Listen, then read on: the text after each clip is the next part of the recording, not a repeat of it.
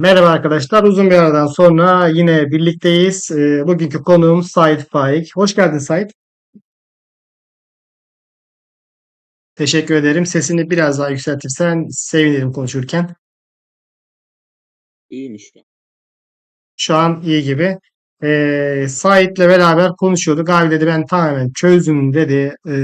Aslında yol haritası biraz belli ama e, bizim belki eksik gördüğümüz ya da gözden kaçırdığımız noktalar olabilirdi. Sait diyor ki hayır abi diyor böyle böyle.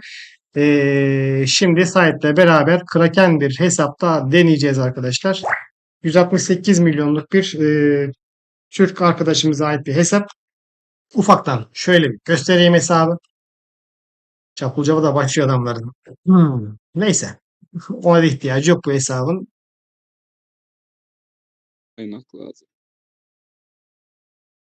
Şöyle bakalım. Aynen sadece kaynak lazım. Arkadaşlar kaynaksız bir Kraken hesap. İkinci aşama full. Üniversite araştırma, mor teknolojide full. Bu ekonomi kısmı arkadaşlar. Ekonomisi full değil. Mor da full arkadaşlar. Gördüğünüz üzere. Tüm teknolojileri fulllemiş. Sıra geldi Binek'te. Hayvan Araştırma Merkezi. Burası kalmış arkadaşlar. Burayı da fuller yakında. Yüzükler 50 level, 40 level. O biçim morlar 30, 40, sarılar 50, 40. Gayet güzel bir hesap. Şimdi Binek sistemine geçelim. Tekrardan yetiştirme merkezini açıyoruz. Say. Söz sende. Ama sesini böyle yüksek tondan konuşursan sevinirim. Biraz canlı canlı. Abi. Şimdi binek sistemi aslında düşündüğümüz üzere çok da Kraken mantığında değil. Neden derseniz aslında bu Krakenlerden daha çok e, free to play ya da düşük ya da orta bütçeli adamların işine yarayacaktır. Çünkü Kraken bir bineğe sahip olmak için çok çok fazla yatırım yapmanız lazım ve bir kesinliği de yok. Çünkü ihtimaller üzerine kurulmuş bir sistemi var. Ben çok böyle uzatmadan özet bir şekilde değinmek istediğim aslında yanılacağımız yer neresi? Kumar oynayacakları krakenlerin yer neresi? Yani bizim uzak durmamız. Bir de bunun yanında çiftleştirme yaparken nasıl bir strateji izlememizle alakalı olacak. 3 ana başlığım var. Bunların birincisiyle başlayayım Yalçın abi istersen. Tamam. Birincisi kaliteye göre bizim 4 tane atımız var. Mavi, mor, sarı ve turuncu olacak şekilde. Şimdi burada birinci hataya düşmemek lazım. Atımızın mavi, mor, sarı veya turuncu olması aradaki farklarını şöyle söyleyeyim size. Mavi, mor ve sarı kahramanlarda ikişer yuva söz konusu. Gelebilecek ya da edinilebilecek becerilerle alakalı. Turuncu olursa eğer atınız o zaman 3 tane birden beceri koyabiliyorsunuz oraya. Hı hı. Mavi, mor, sarı kahramanların daha doğrusu bineklerin kudret aralıkları var. Mesela mavi 2 ile 4, Evet. 5 ile 9, sarı 10 ile 16, turuncu 18, 25 diye gidiyor. Hı hı. Yetiştirme merkezinde i harfine basarsak abi yukarıda oradan da ekranda görünür belki. Şimdi bizim burada uzak durmamız gereken birinci husus şu. Biz elimizdeki atları sarı veya turuncu yapmaya çalışmayacağız. Çünkü bu bizim için birinci kriter değil. Bizim için önemli olan şey binekten elde edeceğimiz beceriler. Pasif, aktif. Bizim için önemli olan nokta bu. Evet. İkincisi yetenek özelliklerine baktığımız zaman binek sistemlerinde toplam 26 tane farklı özellik var. Yani sizin istediğiniz özelliği yakalayıp o özelliğin üzerine uzmanlaşıp en iyi noktaya getirmek çok zor bir ihtimal. Bu yüzden yapmamız gereken nedir derseniz aynı sınıfa sahip binekleri bir arada tutup birleştirmeyi ona göre yapmamız gerekiyor. Atları çiftleştirirken dikkat etmemiz gereken diğer bir hususta şöyle bir durum var. Çiftleştirdiğiniz zaman oluşan yavruda 3 ihtimal söz konusu. Bunların biri ya atınız Hı hı. yeni bir özellik alıyor Evet. Önceki aktif ve kritikti ya da bir anda baktınız pasif hasara döndü özelliği. Bu mümkün. Bir diğeri öncekilerden birinin özelliğini alabilir. Ki bizim değineceğimiz nokta bu olacak stratejimizde de. Ya da önceki nesilden daha kaliteli yüksek bir hayvana sahip olursun. İşte 2 tane moru birleştirip bir saraya sahip olmanız gibi. Evet. Atın kalitesiyle ilgili mor yeteneklerle atın kalitesini karıştırmamak lazım. Yani senin atın mavi de olsa kırmızı bir yeteneği olabiliyor. O yüzden senin atının kırmızı olmasına gerek yok kırmızı bir yeteneğe sahip olması için. Senin atının rengini belirleyen tek faktör alacağın kudret bonusu 3-5 puanlık artıştır. Ama bunun yanında özellikler çok daha kıymetli. Kesinlikle öyle. Diğer Yani husus hı. önemli noktamız. Bu atların mizacı nedir? Yani bunlar bize ne anlatmaya çalışıyor? Evet. Elimizde toplam 6 tane mizaçta at sınıfı 7 var. 7 Bunların tane. evet. Muzip. Muzip'in hiçbir buff'ı yok. Muzip'i yutan eleman gibi düşünün. Ya da aynen yutan eleman doğrudur. Yani Muzip'te hiçbir buff olmadığı için siz hangi sınıfla birleştirirseniz birleştirin Muzip'in şöyle bir özelliği var. Bir korunmacıyla Muzip'i birleştirdiğiniz zaman evet Muzip alabilirsiniz. Yani o korunmacının buff'ını da yok edebilir. Ya da bir Muzip'le atıyorum tetikteyi çiftleştirdiğiniz zaman korunmacı da alabiliyorsunuz. Yani bunlar benim sonuçlarım. Onlardan bahsediyorum. Bir başıma gelen şeyler. O yüzden Muzip'ler bizim işimize yaramayan atlarda kullanacağımız şans eseri belki yeni özelliğe sahip olabileceğimiz bir at sınıfı. O yüzden Muzip'ler her zaman bizim köşede 0 eleman olarak kalacak. Onun haricinde şevkli bir diğer mizacımız. Şevkliler önemli, kıymetli de çünkü şevkliler yeni özellik alabiliyorlar. Elinizde güzel bir at var fakat sıra tabanlı bonus 0.8 vermiş. Siz de Ramses kompusunuz. O atın yanına bir tane şekli koyduğunuzda işin rengi değişebiliyor. Çok daha kıymetli başka bonuslar alabiliyorsunuz. Yani aslında şekli at grubu bizim kötü özelliği değiştirmede kullanacağımız olacak. Bir diğer sınıfa gelirsek tetikte. Bu Yalçın abi de daha iyi bilir. Şimdi Ramses ya da Belisarius gibi. Şuna son bir nokta koyalım. Özellikle arkadaşlar uysalla şekliyi çok dikkatli kullanmanız gerekiyor. Hatta işinize en yarayacak at cinsleri de bunlar. Mizaca sahip at cinsleri bunlar. Özelliğini beğenmediğiniz bir binek geldiği zaman şekliyle birleştirip özelliğini değiştirebilirsiniz. Uysalda geleceğiz. Uysala gelince uysal strateji komplarında işte Ramses'tir, Belisarius gibi oynayan adamların ihtiyaç duracağı sınıf. Bunlar tetikte için konuşuyorum. Strateji kompları için kullanacağımız tetikte. Evet, benim de ihtiyaç duydum. Aynen. Bir diğer husus, buna yıldız da atabiliriz.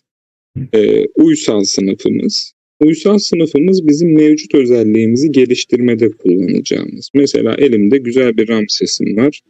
Bu Ramses'e strateji bonusu lazım. İyi bir tetikte atım var. Fakat belli bir seviyeye geldim ve ben bu bonusu yükseltmek istiyorum. Bonus yükselteceğiniz sınıf o bonusu kaybetmeden uysal atı olacaktır. Yani elinizdeki bineğin mevcut özelliğini yükseltmek için kullanacağımız joker kartımız uysal. Yani sizin strateji hasar bonusunuz atıyorum %4'tü. Siz bunu %10'a çekebilirsiniz. Nasıl çekeceksiniz? Uysal at kullanın.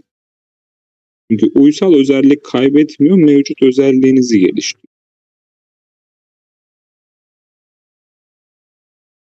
O yüzden arkadaşlar dün mesela benim düştüğüm hata vardı. Şu kuşatmaları kaybedeceğiz diye belki birçok uysal ve şekli atı orada heba ettik. Şu kale önemli değil. kalede kalsın. Zırh kalede kalsın. Hiç sorun değil arkadaşlar. Takılmaya gerek yok. Takılacağımız nokta orası değil. Bizim için şu an için en değerli atlar şekli ve uysal. Neden? Daha önce de bahsettik. Üstüne bir daha değinelim. Birliğiniz ne olursa olsun aktif, sıra tabanlı, pasif beceri, ikincil beceri. Tamam mı? Elinizde güzel bir at geldiği zaman özelliğini beğenmediyseniz şekliyle beraber bu özelliği değiştirebilirsiniz. Eğer özelliği beğendiyseniz ve atınızı geliştirmek istiyorsanız uysalla bunu geliştirebilirsiniz. Şunların hiçbir önemi yok. Gerçekten niteliklerin hiçbir önemi yok. Önemli olan o alttaki özelliği. Doğru mu? Aynen. Kesinlikle. Şimdi Çünkü şekle zaten geçtik. biz Uysal, müzik, tetikte. Bunları bitirdik. Hı hı. zaten korumacı ve savaşçı kaldı. Şimdi onlarla da zaten biz ya şekli ya uysalı kombine edeceğiz. Yani bu bahsettiğimiz iki sınıf her zaman bizim çiftleştirmede olması gereken atlardan biri doğru strateji için. Hı hı. Muzip dediğim gibi Yutanel'in boş at geldi, özelliği iyi değildi. At muzibi random yeni bir sınıf gelsin, yeni bir özellik gelsin. Evet. O şekilde düşünelim. Korumacılar genelde destek kahraman. İşte Theodora olur, Shalman olur. Ne bileyim Fatih olabilir mesela. İyileştirme etkileri ön planda oluyor korumacı mizaca sahip bineklerin. Bir de şansınız yaver giderse mesela benim Theodora'mda şu anda korumacı mizaca sahip mavi bir atım var. Fakat iki Hı hı. tane mor özelliği. Bunlardan biri iyileştirme yapıyor. Bir Hı tanesi hı. de almış olduğunuz kudret hasarını azaltma etkisi var yani. Çok güzel. Hı hı. Genel olarak söyleyeceğim, çok da kafanızı şişirip vaktinizi almak istemiyorum. Şunu hiçbir zaman gitmeyin çünkü kesinlik yok. İhtimaller üzerine yürüdüğü için siz bir sarı at yapmak için atıyorum 2 tane mavi harcayıp bir mor, 2 mordan bir sarı yaparım diye düşünüyorsunuz. Toplamda 8 tane mavi atınız gider. Belki günün sonunda gene bir mavi atınız olacak. Yani o yüzden kesinlikle ve kesinlikle benim atım turuncu olsun, sarı olsun diye uğraşmayın. Çünkü gerek yok. En fazla alabileceğiniz maksimum verim mavi ile sarı arasındaki farkı söylüyorum. Yuva değişmeyecek. Eğer ki 6 puan, 7 puan, 8 puan fazla kudret alacak. Yani bunun Değmez o için yüzden. o özelliklerdeki hayvanları bence harcamaya hiç gerek yok. Kesinlikle. Kesinlikle öyle bir hata Krakenlerin yapmayın. zaten Krakenlerin zaten oynayacağı kumar olacaktır. Bu adamlar işte toplayacak bütün pasifleri, bilmem neleri. Şimdi turuncu ata sahip olacak 3 tane yuvası olacak. O 3 yuvaya da 3 güzel özellik isteyecek. Bu defa sürekli bas baba bas yapacak. Ama bizim gibi mesela orta, düşük ya da free to play oyuncular için ben bunu bir fırsat olarak görüyorum. Neden derseniz ben mesela bugün hiç bir şekilde bir yatırım yapmadan bahsetmiş olduğum sadece Theodora bineğimdeki özellikler bu. Ramses'te aldım mesela. Heroes Comp'un turuncu özellikle mavi atım var. %10 e, bonus veren, kudret bonusu. Yani bunlar aslında başta ben de çok ön yargılıydım. İşte yüzüğü bitmedi, yıldızı bitmedi bir de ata mı başladık diye ama Krakenlerin o iştahı bu sistemde bizim avantajımız olacaktır. Çünkü siz bir para harcamadan da tamamen şansınızla birlikte çok güzel bonuslara sahip, iyi atlara sahip olabilirsiniz. Yani sen 1000 tane çektiğin zaman daha iyi atın olacak diye bir ihtimal de olmadığı için. Çünkü bu sistem ihtimaller üzerine kurulu. O yüzden iyi bir fırsat gibi görünüyor. En azından şimdiki benim öngörülerimle. Bir de teknoloji kısmına değinelim. Şu korkusuzlara bir bakalım. Ondan sonra oraya geçelim. Ortak özellikleri kazanma ihtimali daha yüksektir diyor. Şimdi bunun özelliği pasif beceri hasarı artırıyor diyor. Bu da sıra tabanlı beceri kudret. Bakalım yine korkusuz mu verecek? Aslında şu olan. Bu da önemli aslında. Onu da değinmedim kusura bakma. Hı hı. Gözümden kaç. Korkusuz bu yönden bizim ihtiyacımız. Az önce bahsetmiştim. kahraman mavi, mor veya sarı olsun fark etmez. Bineğimiz pardon. 2 tane beceri yuvanız var. Bu ikinci beceri yuvasını aktif etmek için aslında korkusuz atı kullanabilirsin. Yani bir binekte 2 farklı özellik olmasını sağlayan mizaca sahip binek türü korkusuz. Korkusuz. O zaman ilk başta atları mavi, hani özelliksiz geliyor ya. Mesela burada korkusuzlar gelmiş. Korkusuzlarla sahip olmak istediğimiz at sınıfını mı? Mesela tetikleyle korkusuzdan başlamamız lazım. 2 yuva gelsin Öyle. diye. Korkusuzla bir tane beceriyi birleştirmeniz lazım ki ortaya 2 tane beceri çıksın. 2 tane korkusuzu birleştirirsek dediğim gibi ihtimaller dahilinde olduğu için 2 tane de verebilir, vermeyebilir. 10 Bakalım. tane deneme yaptıktan sonra belki 11. de verir. Birkaç tane yapalım.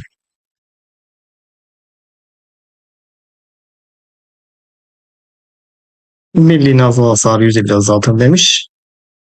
Yeni sıfırdan başlayalım bir tane. Sıfırdan birleştirelim. Ortak özellik strateji güzel. Birliğin aldığı ikinci vuruş beceri hasarını %1.1 azaltır. Sanki bu da biraz hani defansif hasar azaltma. Bir tane daha son bir kez daha birleştirelim kendi arasında. Ne birleştirelim? 2 tane. Mesela Tamam. birleştirirken şeye dikkat edebiliriz abi. Bu bahsetmiş olduğun kudret kuşatma strateji üçgenine hangi Tamam. kompu oynuyorsak ortağı tutup mesela 2 kudret oldu. Büyük ihtimal kudret temel olacaktır aynen. Hı hı. Öbürü de şans eseri artık.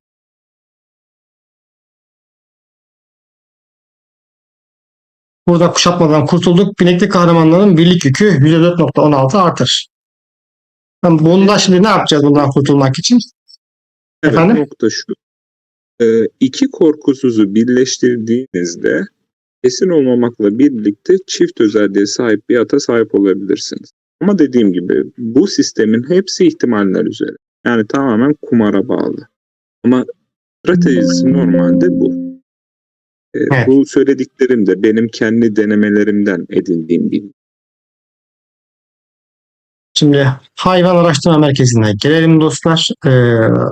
Burada aslında bizim için Lost Panther Free Play'ler için şuralar önemli arkadaşlar. O hiç şeysiz yani buralar önemli. Eğer ya ben mavideyken şey yaparım diyorsanız kusura bakmayın yanlışlıkla tıkladım ekrana. Ben mavide bana kırmızı özellik gelmiş, efsane bir özellik gelmiş, istediğim özellik gelmiş. Ben hiç o vezere girmem. Zaten bir birliğim var, 2 birliğim var. Hepsi içinde güzel atlar buldum diyorsan sen sağ taraftan devam et abi. Sen bu tarafa git. Ama 3 birliğin 4 birliğin varsa bir yüksek seviye balinaysan Kraken oyuncuysan sen gel işte buraya abi. Senin aslında şuna ihtiyacın yok. Temel teklere pek fazla ihtiyacın yok. Zaten 230 puan istiyor daha ikinci seviyesinde. Şunu da zaten para, bir dünya para bayılacağın için buna da çok ihtiyacın yok. Bu zaten senin şeyini artırıyor. Şuradaki ustalık puanını artırıyor. Burada ise hani sıfırdan binek düdüğü sıfırdan bastığın zaman işte buradaki oranlar değişiyor. Ustalık puanına göre. İşte mor alma, sarı alma oranların daha yüksek oluyor. Mavi çıkma oranı da düşüyor yavaş yavaş. Yani şuna verdiğin zaman. Bak burada peki ne kalıyor geriye? Süsleme için bak bu kalıyor. Bir de yetiştirme için özellik kalıtı ihtimali. Yani özelliğini sevdiğin bir bineği uysalla mesela korumak istiyorsun ya kardeşim. Uysalla beraber korumak istiyorsun ya. Bu o oranını artırıyor. Öyle söyleyeyim sana. Hı hı. Bir de yetiştirme için özellik mutasyon ihtimali. Bir sürü özellik var arkadaşlar. 22 tane mi özellik vardı? 26 tane. 26 tane özellik var. Emin olun bu özelliklerin çıkma ihtimalleri yani olasılıklar aynı değildir. Aynı olsa şu ihtimal olmaz. Bunların bir skalası vardır. Yani bir piramidi vardır arkadaşlar. Bu o oranı artırır. Mesela buna ne kadar çok verirseniz burada ve burada mordayken, sarıdayken, işte birleştirirken, çünkü özelliksiz morlar da çıkıyor. İlk düdüğü bastığınız zaman. Hatta sarı da çıktığı oluyormuş. Bana daha çıkmadı da ben daha görmedim de sarı da çıktı dediler. Özelliksiz, yani ilk düdükte sarı efsaneyi yapıştıranlar oluyor. Ha, özelliksiz var ya onlar işte arkadaşlar. Heh. Onlara, o tür bineklere işte toplama değil de, bir savunma, birlik, yenileme değil de bir bakmışsın %18, %19 şey gelmiş. Kritik vuruş. %12 ikincil beceri hasarı gelmiş. Bak böyle şeyler gelmiş. %10 gelmiş.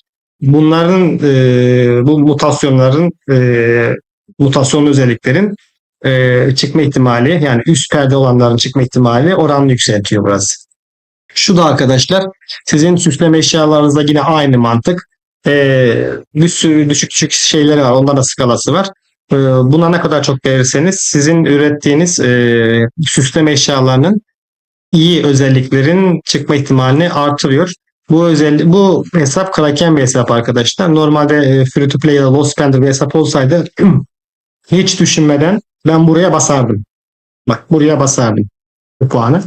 Ama bu hesapta yani en azından özellik korumayla şu üçü verilmeli diye düşünüyorum ben. Şu üçüne. Ama öncelik kalıtım iyi bir özellik tutturursak ve arkadaşımız onu geliştirmek isterse en azından oranlarını kendisi yükseltir. Şunlar verilmeli ve şu süsler çok önemli arkadaşlar. Oyunun Kraken de olsan, yüksek seviye banne de olsan, oyundaki en pay to win olan nokta süsleme eşyaları. Çünkü sürekli bunu bozdurup beğenmediğini yeniden yapmak zorunda kalacaksın. Bir sürü parça toplamak zorunda kalacaksın. Ona para vermek zorunda kalacaksın. En iyisi mi, sen buradayken daha hiç oralara girmeden bunları hallet. Mesela şunları fullle, e, şansın yükselsin, oran yükselsin. Aynen öyle abi. Ben mesela kendi sınıfımda olarak söyleyeyim. Süslemeyi sadece açacak kadar sol tarafa giderim. Hı Sonrası hı. full sağ taraf olur ben. Çünkü ben Evet. kalkıp 10.000 tane, 1000 tane düdük kullanmayacağım. 02, 03 benim için çok önemli değil. Gider mor teknolojiye yüklenirim. Onu yaparım. Şimdi bu hesapta onların hepsi bitti. Bu adamın yapacak başka bir şey yok çünkü. Bu hesapta ne yapacağız? Buralara vereceğiz.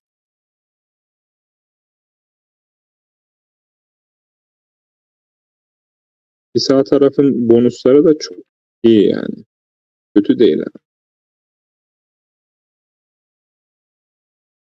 Buralar kaldı. Şuralarda yapan arkadaş zaten atış serbest dedi. Şu mağazalarını da alalım. Şurayı. Şey geldi mi bize hiç? Paket. Paket gelmedi. Paket gelse iyiydi. Şöyle bir girçik yapalım. Bazen girçik yapınca paket geliyor. Yok, o da gelmedi. Mecbur şuradan 1300 TL'lik paket vardı indirimli mağazada. Onu alacağız. Diğer paketler alınmış arkadaşlar. O yüzden sınırlı da değil. Kahraman'da mı? Kahraman'da. 1800 puan. Bunu da alalım. 3000 dolara. Başka kaldı mı? Burada kalmadı. Şuna ihtiyacı yok. Bayağı var zaten. Biz binekleri halledelim. Tamam, başka da kalmadı alacak. Günlük indirimde var mı? Günlük indirimde yok. Tamam. Savaş atları full alınmış. Şu atıyorsa buradan da full alınmış. Düdük alacağımız bir yer kalmamış arkadaşlar. Daha dörtlü kahve kadar buralara gelmediği için şu an bu şekilde gideceğiz. Hayvan araştırmaya başlamadan önce süs de geliştireceğiz. Biz aslında süs eşyasını geliştireceğiz. O yüzden şunu verelim. Aradan çıksın bu. Bu önemli. Çünkü burada süsleme eşyası da basacağız gözümüzün önünde. Onun dışında şuraya da verelim. Tamam. Şu ikisi kaldı. Bu ikisine de verir. Daha sonra yani bu adamın şurayı fullemesi lazım. Şu alt kısmı fullemesi lazım. Zaten Kraken ondan sonra buraya gider. Mızraktan başlar vermeye. Ne yapalım? Bir birleştirme yapalım mı artık? Olur abi.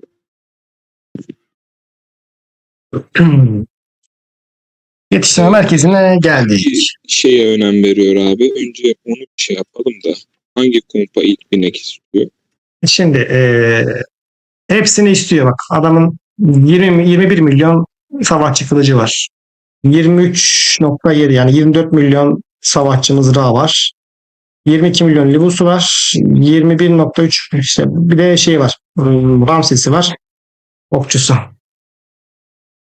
Ben çıkana Yüzükler göre kılıcı. hareket edin. Uygun görürseniz. Tamamdır. Böyle bir gösterelim hesabı. Maşallah. 47 level, 40 level, 50 level sakin su. Şöyle bakıyoruz. 30 level aslan yüzü, 30 level porsuk yüzü, yonca. Porsuk yüzünün de artık bir anlamı kalmadı. Ben bunu 40 atmaya gerek yok. Yüzünde bir anlamı kalmadı. Lubular o kadar da meydanda duramıyor. Mızraklardan dolayı. Mulan zaten garibim hareket edemiyor. Bir arenada işe yarıyorsa yani arena dışında öyle bir şeye yaramıyor meydanda. Borsuk. Hele Lagertan varsa zaten Kiros da aynı şekilde. Buradan bir şey alamıyoruz. Yetiştirme merkezine geldik. Savaşçıdan başlayalım. Çoğu free to play oyuncu savaşçı komplar oynuyor. Olur abi. Ne yapalım? Savaşçıları kendi arasında birleştirelim mi? Aynen. Şu şeyleri yok ederek gidelim. Savaşçıları kendi aralarında birleştirip abi, eğer ki özelliğini beğenmediğimiz olursa Şevki'ye döneceğiz. Hiç umut yoksa Muzip'le Kumar'a gideceğiz. İyi Hı. bonuslar olursa savaşçılarla birlikte Uysallara döneceğiz. Tamam. Savaşçılardan başlıyoruz. Ee, ikişerli gruplar halinde birleştireceğiz. Sıra tabanlı geldi. Mesela özelliğini değiştirebiliriz bunun. Şu ilk önce şeyleri yok etmeye çalışalım. Mavilerde bir tane bunu ekledik. Eklenmemiş mi deneyelim? Mesela tamamdır.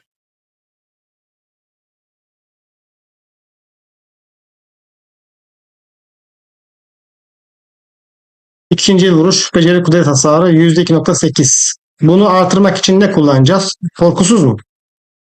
Uysal'a Uysal. gidebiliriz abi. Uysala. Ama şu an için düşük. Tabii onları daha birleştireceğiz, deneyeceğiz.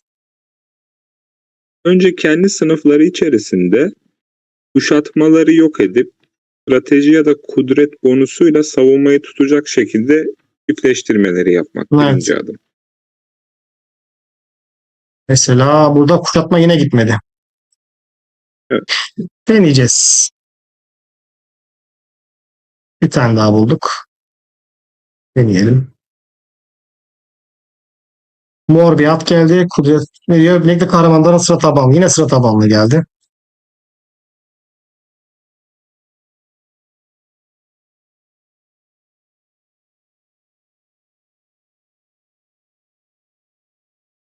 Yine kuşatma gitmedi. Enteresan.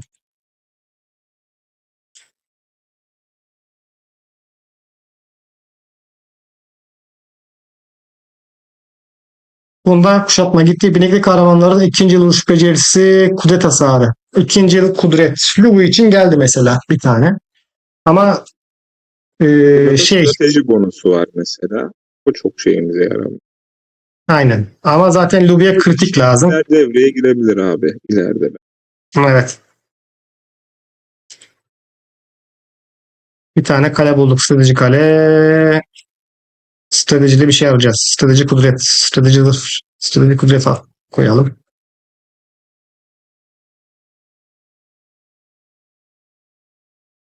İyileştirme etkisi. Strateji tabanlı. Mesela bak bu noktada bir şey değinmek istiyorum abi. Hı Normalde hı. savaşçılar kudret kompları için idealdi. Bak iyileştirme bonusuna döndü olay. Normalde korumacıdan beklenir. Evet. Bahsettiğim ihtimaller denizi olayı bu.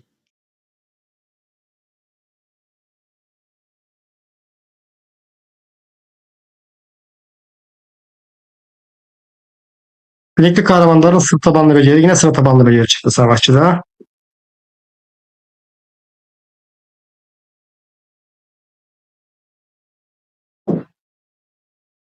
Şu an için güzel bir özellik gelmediniz. Binekli kahramanların ikinci vuruş beceri strateji hasarı. İkinci yıl vuruş beceri strateji. İkinci yıl strateji. Mızrak. Belisarius mızrak. Aynen. Ama şeyden kurtulduk arkadaşlar. Mesela birinden kurtulduk en azından. Hani bu çok önemli değil ama olsa iyi olur bir şey. Hani olması iyi olan bir şey. Burada mesela biz pasif beceri kudret hasarı %5 nokta. Pasif beceri kudret. İnekli kahramanın. Daha Hmm. şey tarzı sanki abi. Euro. Bu Kiros birliğine yarayabilir. Bu bir dursun. Bunu kullanabiliriz, değerlendirebiliriz. Bu bir dursun. Sıra tabanlı bizim bildiğimiz yok.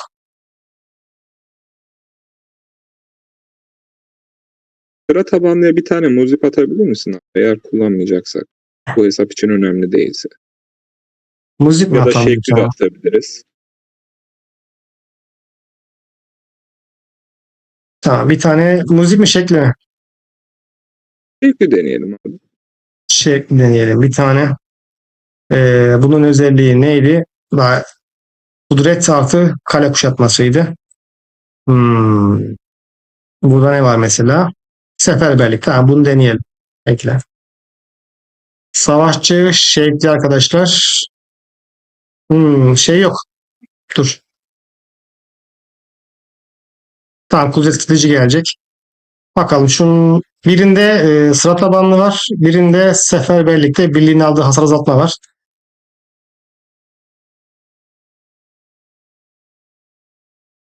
Pasif beceri strateji hasarı. Çok ileride gelecek bir birlik. Ya işte Ama olayı buna dönüyor abi. Şekli Joker bu.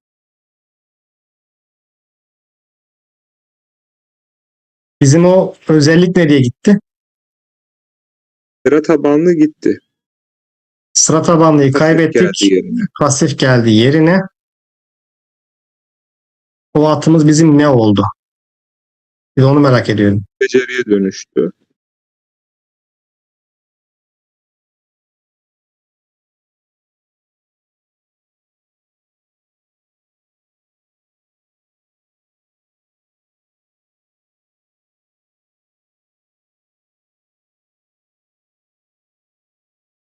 Tamam bir tane daha deneyelim mi?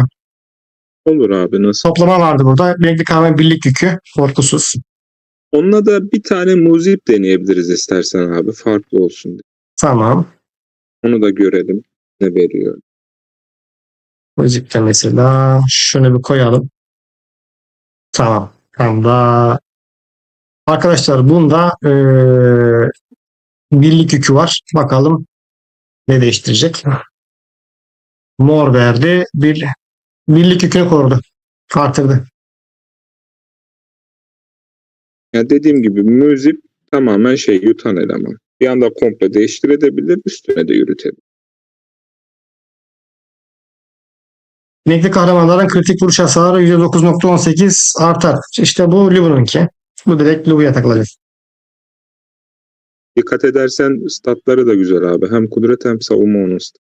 Gayet iyi Evet. bence o at. Gayet iyi.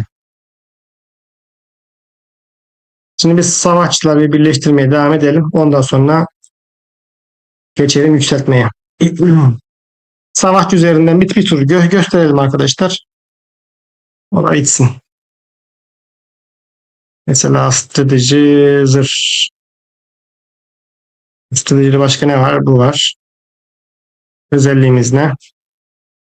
Pasif strateji hasarı. Geç bunu. Bu neydi? Pasif beceri kudret hasarı. Ha, bu kalacaktı. Bunu koruyacaktık. Bu dursun. Bunu Bodika'ya falan verebiliriz.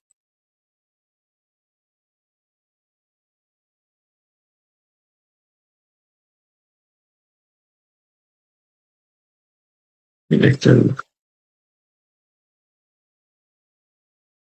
Pasif beceri strateji hasarı. Bak, savaşçı birleştiriyoruz. Kudret dışında her şey geliyor. Öyle abi. Bir sıra tabanlı geldi. Bir ikincil geldi. Pasif geldi. Evet. Kritik geldi.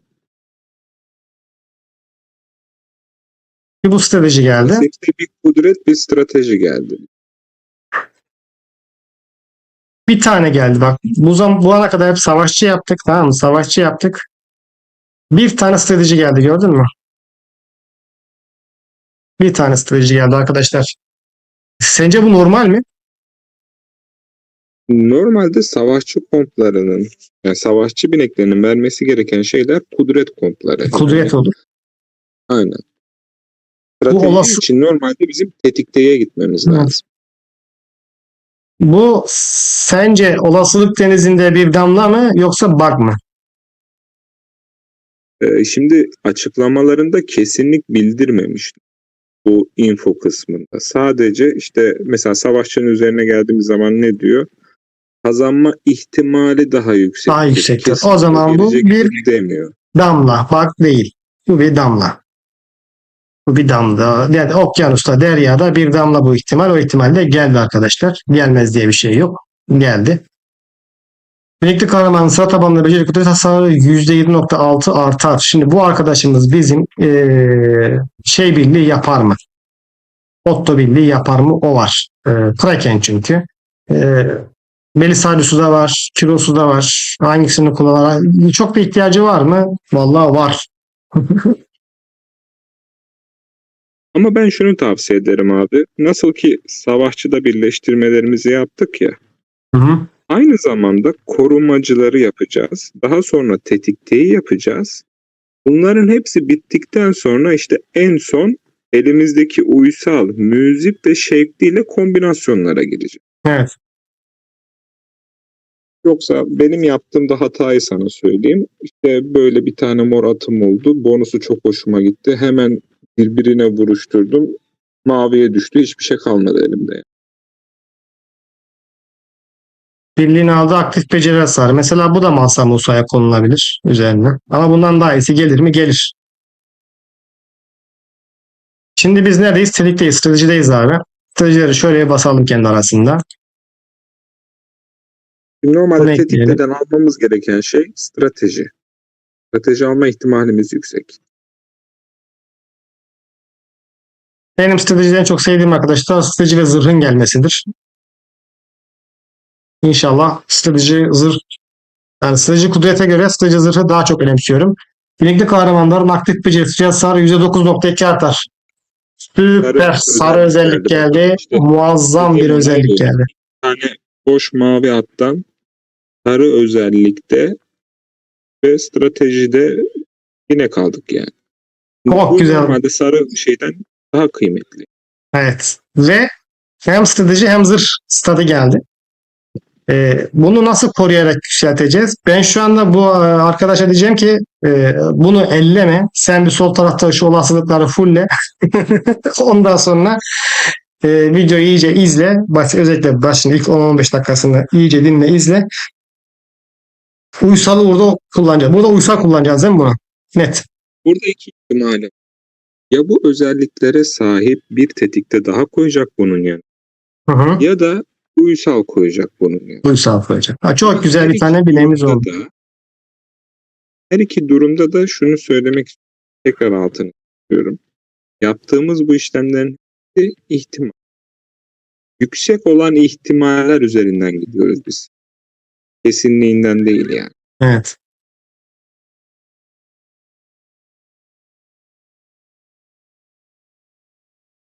Şuydu. Ruh bağı. Bunu kime bindireceğiz? Bunu Ramses'in. Neredesin Ramses? Ramses'e baba bunu ne yapıyoruz? Bindiriyoruz. Ramses'e hayırlı uğurlu olsun şimdiden. Güzel. Tabii direkt yanlışlıkla basarız direkt. Ramses'e yapıştırdım ben onu. Şimdi tetikleye gelelim. Vallahi güzel oldu. Tertemiz oldu. Yani şunu yapmayın abi. Hop, hoplu yetiştirme. Hop. Ne şu kalsın. Bas abi şunu. Hadi alttan kutsal rüzgar verme ihtimali. Bunu yapmayın. Bunu yapmayın. Kesinlikle ve kesinlikle yapmayın bunu. Elinizdeki uysallar da gider. Ondan sonra müzikler de gider. Şekiller de gider. Yükseltmek istersiniz özelliğini. Değiştirmek istersiniz. Bak statlar çok güzel gelir. Sarı gelir. Olsun ki bak belki mitolojik gelir. Turuncu gelir. Şans. İhtimal çünkü veriyor. Hani free to play'e de veriyor bu ihtimali. Pay to win'e de veriyor bu ihtimali. Özelliği kötü gelir. Sarı gelir. Özelliği kötü gelir. Şey kullanarak şekli kullanarak özelliğini değiştirebilirsin. Ya da yine sarı gelir. Ee, Ya da işte aynı özellikten mesela sarı gelir. İki tane sarı özellik gelir. Korumak istersin. Tamam mı? Mavidir. Yükseltmek istersin. Elinde arkada yedeği vardır. Yazı tura atayım dersin. Bir tanesini yükseltmek istersin. Tamam mı? Orada elinde uysal bulunsun. Belki mor uysal olacak. O uysalları birleştireceksin. Böyle random birleştirme değil de kendi arasında birleştirip. Belki işte morla mor uysalı birleştireceksin. Şimdi sen morla maviyi birleştirirsen morun maviye dönme olasılığı var. Mesela sarı tetikçiyle özelliğini korumak için geliştiriyorsun ya şey moru. Moru işte sarıyı mitolojik yapmak istiyorsun. Elinde yedeğin var. O senaryodan bahsediyorum. Bu her dalgada her şeyde olabilir. Seviyede olabilir. Sarıyla Yani zaten moru maviyi birleştirirsen o sarı mavi olabilir. Sen ne yapacaksın? Bunlar kendi sınıflarında birleştireceksin ilk önce. bir de zaten bu en son çıkarttığımız Ramses'e koyduğun binek aslında sabahtan beri konuştuğumuz şeyin özeti. Evet, özeti oldu. Orta segment adam bu ata bir daha dokunmaz. Koyar Ramses'te kalır. Aynen öyle. Öbür adam diyecek ki ben buna bir beceri yuvası daha açayım. Ya da bir tane daha beceri koyayım ya da işte turuncuya götüreyim. Ama gördüğünüz gibi sabahtan beri kaç tane çiftleştirme yaptık. Her şey ihtimali. Benim önem verdiğim strateji ve zırh arkadaşlar. Aslında Ramses'te şey kullanacaksanız yılan yüzüğü kullanacaksanız strateji kudretten gitmeye deneyin. Ama yılan yüzüğü kullanmayacaksanız arkadaşlar strateji zırhtan gitmeyi deneyin. Ufak bir zırh ufak zırhtır yani güzeldir. Hoştur. Bak gitti zırh geldi gördün mü? Kuşatma gitti zırh geldi. Binekli kahramanların ikincili vuruş beceri strateji hasarı %5.2 artar. Mavi özellik. Bu tamam mı? Bu Belisarius için geliştirilebilir. Neyle geliştirilebilir? Bu. Gene tetikteyle kendisiyle Evet. birleştirilebilir. Hı hı. Ya, ya da uysalla bu özelliği koruruz. Yani nedir? Evet. 4.2'den 8'e çıkartırız. Ya bunu uysalla birleştireceksin ya da şekliyle birleştireceksin. Değil mi? Bu Şekliyle şekli birleştirirsek yeni özelliğe değişir. gider abi. Evet, evet. Uysalla birleştirip geliştirmeye çalışacağız ya da kendisiyle birleştirip geliştirmeye çalışacağız. Aynen öyle. Buna başka bir şey basılmaz. Mesela Belisarius'un var. Bu. Bunu yine aynı şekilde tetikte bir at. Tamam mı? Aynı özellik. Onunla birleştireceksin. Ya da uysalla birleştireceksin. Uysal onu belki sana bir üst tıkını vermeye ihtimali daha yüksek. Ya da direkt kendiyle. Bu. Benim Sakın. yapmış olduğum birleştirmelerden bir tane sana kombinasyon söyleyeyim abi. Elimde bir Hı hı. tane muzik vardı. Hiçbir buff'ı yoktu. Bunun yanına bir tane gene boş uysal koydum. Bir muzik, bir uysal beni bir anda şey attı. Tetiğe attı mesela. Strateji bonusuna döndü. Evet. Dediğim gibi ihtimaller çok ama yüksek ihtimal olan yolda en doğru sistem şudur. Korumacılar, savaşçılar, tetikteler kendi aralarında yükseltilir. Daha sonra uysal ve şekliyle kombinasyonları yapılır.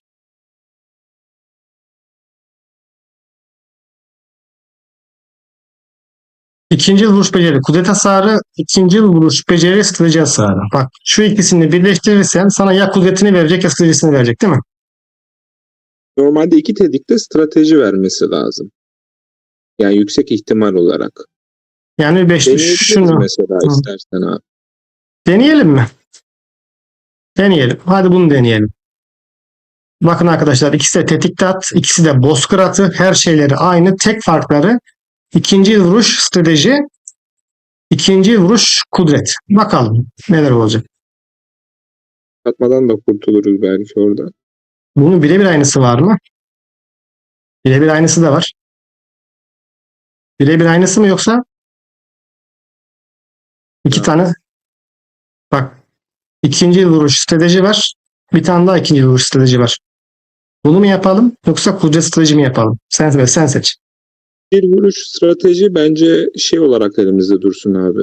Bunların sonucuna göre belki bununla bir daha vurabiliriz. Tamam, o İkisini zaman yapalım. yüksek olan çıkartayım, düşük olanı koyayım. Bu da bozkır atı. Gördüğünüz üzere. İkisi de bozkır arkadaşlar. Binekli kahraman ikinci vuruş becerisi strateji hasarı. İkinci vuruş becerisi kudret hasarı. İkisinin de oranları 4.4, 4.4 aynı. Birleştiriyoruz. Evet.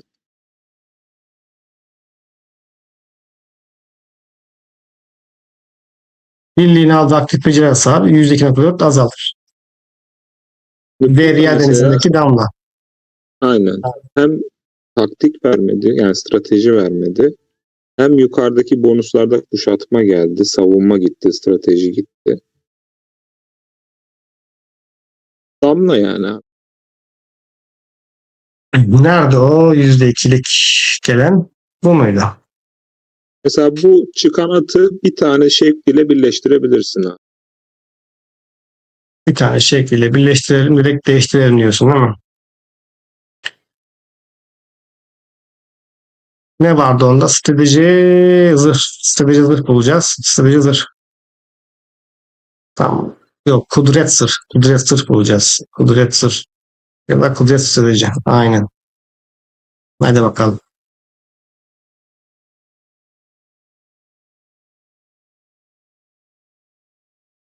Mor verdi. Birliğin aldığı aktif beceri hasarını 0.84 azaltır. Şeyi düşürdü. Kaliteyi düşürdü, evet. Ama yukarıdaki Evet. bonuslar düzeldi. En Evet. azından bu yani bir nebze daha iyi. Evet. Bir nebze kurtarmış oldum. Bir tur daha deneyelim o moru. Nerede o? Şu. Bunu bir tur daha şekliyle kudret strateji bulacağız şimdi. Kudret strateji yok. Strateji zırh olur mu? Olur.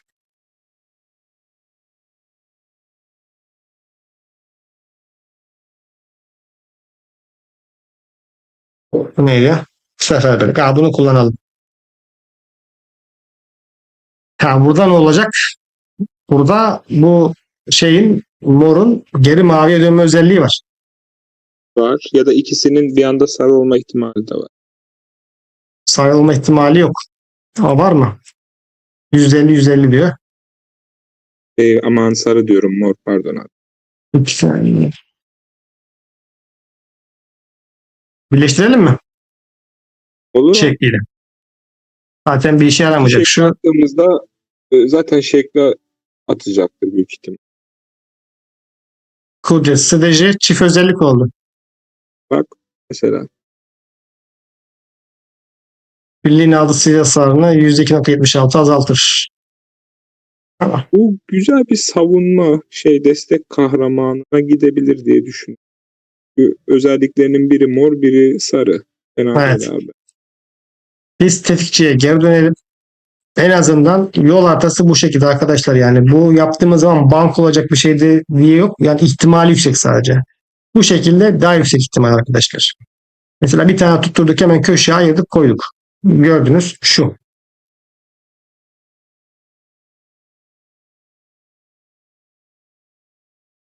Kudret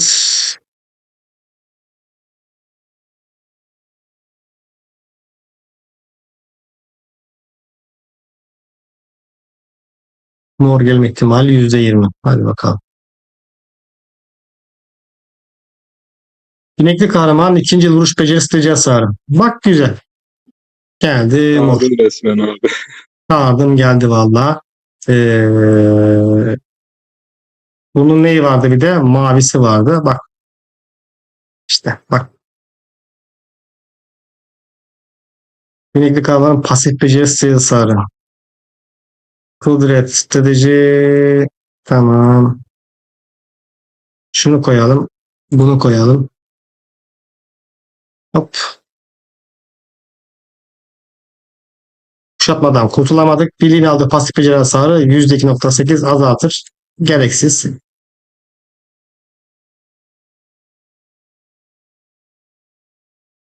Şu strateji kuşatma. Strateji gibi bir şey var mı? O kullanılmaz artık. Tamam.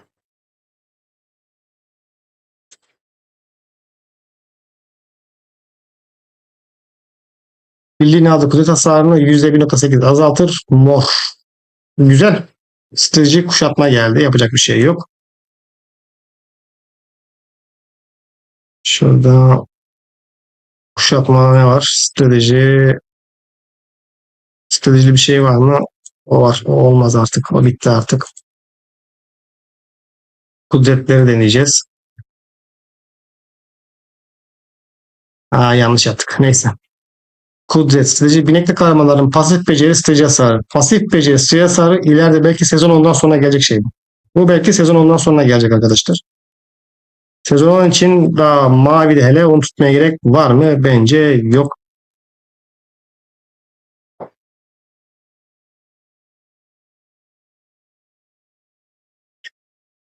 Binekli kahramanların aktif beceri, strateji hasarı. Ramses.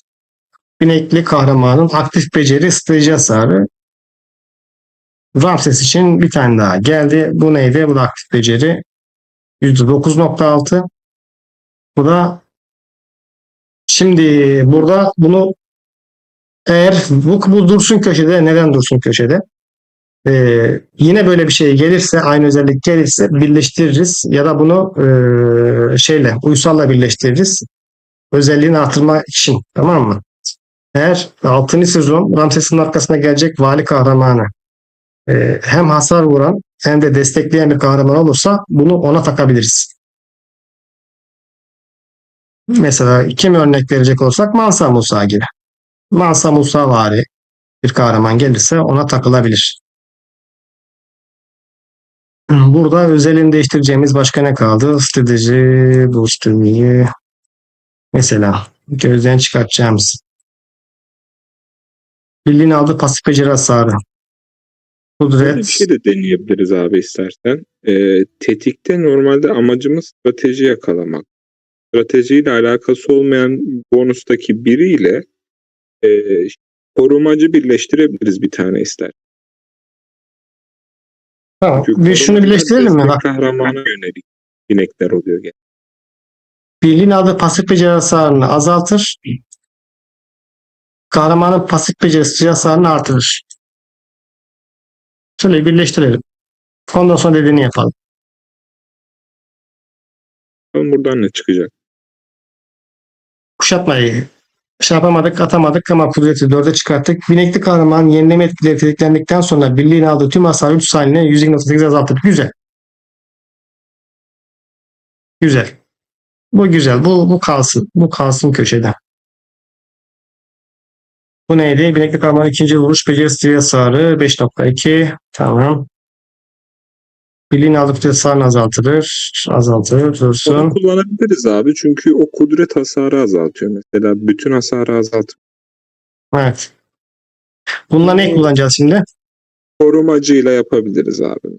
Tamam, korumacıyla yapalım. Bunun özelliğini tam görememiştim. Bu atımızdan yayla atı. Bir ekleyelim bakalım. Aynen strateji kalacak. Zırh gelirse ne ala. İyileştirme vermesi lazım normalde. Birliğin aldığı kudret hasarını azaltır. Kaldı. Oranlar yükseldi. Yetiştirmeye devam et. Bu mor kaldı. Bir tane tulpar morumuz var. Bir tane daha yapalım mı?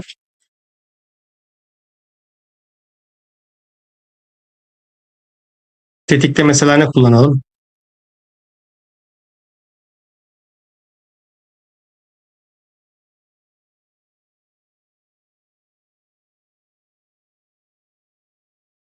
Birliğin aldığı aktif beceri hasarını azaltırlar. Bunu kullanalım. Korumacıya dönelim.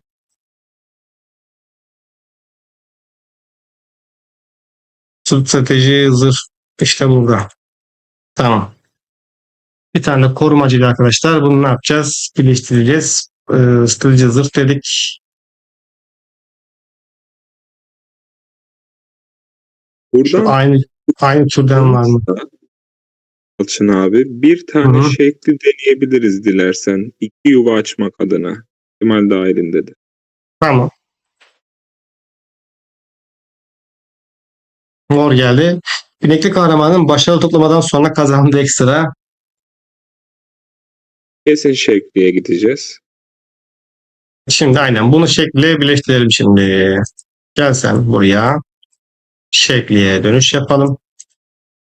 Şeklide morumuz var mı? Özelliksiz morumuz var. Güzel. Kullanalım mı moru? Olur abi. Mor da gidebiliriz. Sarı verme olasılığı da %10 arkadaşlar. Burada neyimizden olacağız? Stratejimizden olacağız. Stratejiden olacağız burada. Sorun değil. Kudret kahramanlarına da koyabiliriz.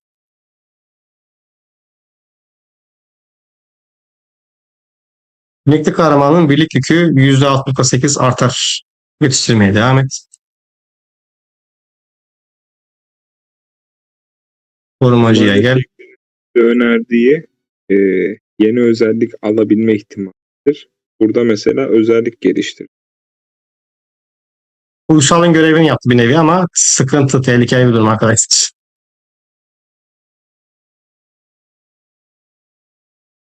Bir tane daha mor şekli kullanıyoruz toplamaya. Birliğin aldığı kudret hasarını %2,52 azaltır. Buna döndü olay. Aslında strateji kompları için iyi. Stratejisini de artırıyor kahramanın. Çünkü bu strateji komplarında kudret düşük olduğu için oluyor. Kudretten aldıkları hasarlar biraz yüksek oluyor.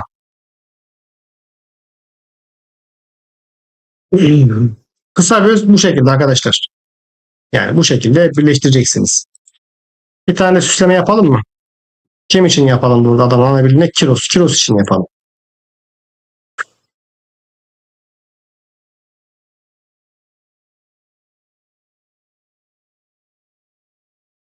Savunmaya, saldırıya. En güzel savunma her zaman saldırı arkadaşlar. Bir tane üretelim. Savaşa girdikten sonra birliğin birimlerine her %1 azaldığında binekli kahramanın beceri hasarı 0,19 artar. Güzel. Çok güzel arkadaşlar. Tam kilos için bir tane geldi. Birim her %1 azaldığında binekli kahramanın beceri hasarı 0,19 artar ki daha bunu ne yapacağız arkadaşlar? Bunu arkadaşlar geliştirecek. Öyle var. Bir tane de mızrak için savunma açalım.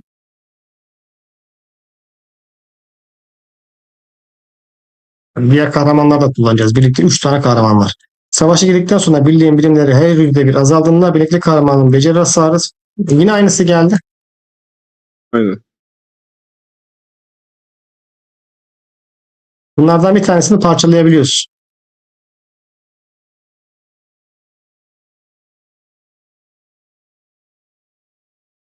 İade edilmez diyor.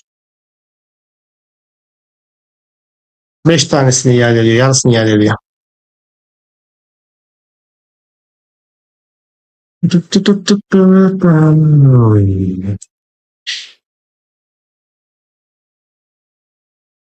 Bir tane de Ramses açalım mı abi? Bir tane de Ramses açalım. Okçuyu açalım. Bineği de güzel gelmişken. Savaş sırasında birlikteki birimlerin ilk kez maksimum miktarı 150 kadarının altına düştüğünde anında 11,48 ülke kazanır. En fazla 30 saniyede tetiklenir. Ramses'in çok ihtiyacı var ya.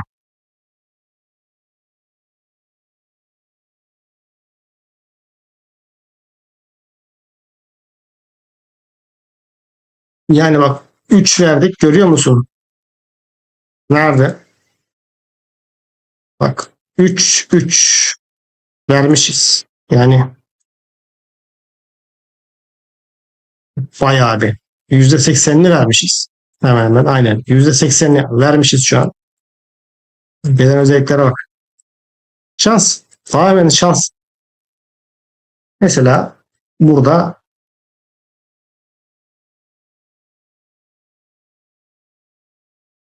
kan öfkesi geldi. Başka ne gelebilirdi?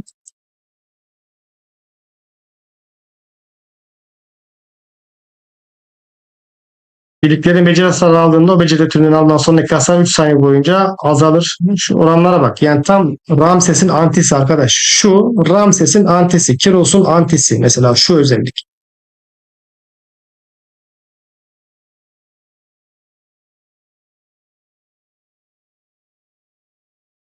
Güzel.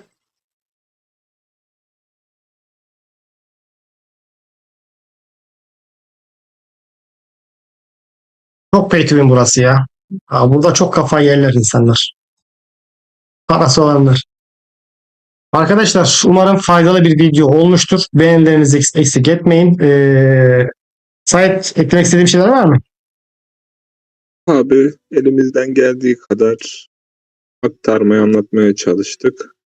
Evet. Alsanız yaver gitsin diyelim, ne diyelim yani. Yani bu bir derya arkadaşlar. Her şeyin olasılığı var. Yani o strateji basacaksınız ya mesela. Kudret basmıştık ya biz savaşçıdan. Arada bir tane strateji çıktı. Ya da işte uysalla korumaya çalıştık. Daha uysal pek denemedik de özelliklerini değiştirmeye çalıştık mesela. Değişen özellikleri var. Ee, Olan özelliği yükselten de oldu. Gördünüz. Uysalın yapması gereken şeyi yaptı. Yani olasılık mesela %40'sa diyelim. Söylediklerimizde bunu %50'ye %60'a çıkartıyoruz. Aslında olay bu. %100'e çıkmıyor bu olay. Bu olay en fazla teknolojide bu farazi bir rakam ama olayın özü olarak söylüyorum. Şuraları yaptığınız zaman işte %60'ları %70'lere 80'lere falan çekiyor. Yani %70'lere falan çekiyorsunuz. %50'leri %60'ları. İşte %50 %60'a %60 %70'e neyse. Sadece olasılıkları artırıyorsunuz. İstediğiniz yolda ilerleme olasılıklarını artırıyorsunuz ama bu yol haritasıyla. Kesinlikle random basmayın. Shake'liği gelelim buraya. Elinizde şevkliyi, uysalı korumaya çalışın arkadaşlar. Korkusuz da iki yuva açma özelliği var. Bu da ayrı bir şey. Direkt Final mesela noktası abi. Hani fiyatlarımız olduktan sonra en son artık geleceğimiz. şimdi atımız oldu. Efsanevi bir özellik geldi. Mesela biraz önce Ramses'e gelen. Şimdi ben burada korkusuzluk kullanırsam özellik değişirse. Bu da bir ihtimal. Ama bizim istediğimize gitme ihtimalimizi yükseltir sadece. Ben sana bir şey söyleyeyim mi? Bence mesela savaşçıyı yaparken şöyle bir şey yapabiliriz. Mesela korumacıdan başlayalım. Bir tane gösterelim bunu. Mesela şu. Kudret ve bu geldi. Buradan korkusuza geçip daha olayın başındayken arkadaşlar şunu yapabilirsiniz. Bu ne veriyordu? Tamam hadi bunu geç. Bu bir dursun.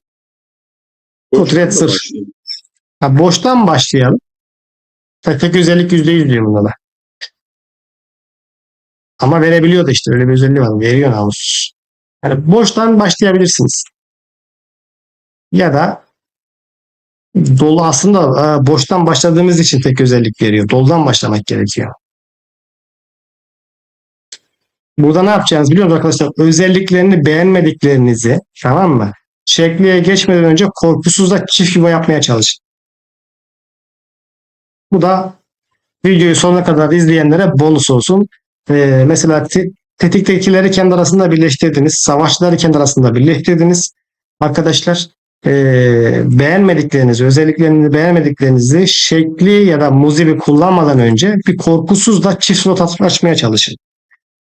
Çift slot açtıktan sonra özelliği beğenirseniz atı yükseltmek istiyorsanız uysaldan gidin.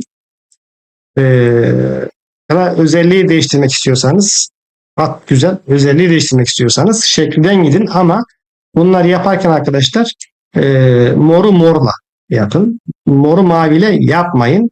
Elinizdeki mordan da olursunuz. En azından moru morla yaparsanız özellik güzel gelirken atınızın da güzel gelme ihtimali daha yüksek. Bir beğeni atmayı unutmazsanız kanala abone değilsen kanala lütfen abone ol. Kendinize iyi bakın. Esen kalın. Hoşça kalın.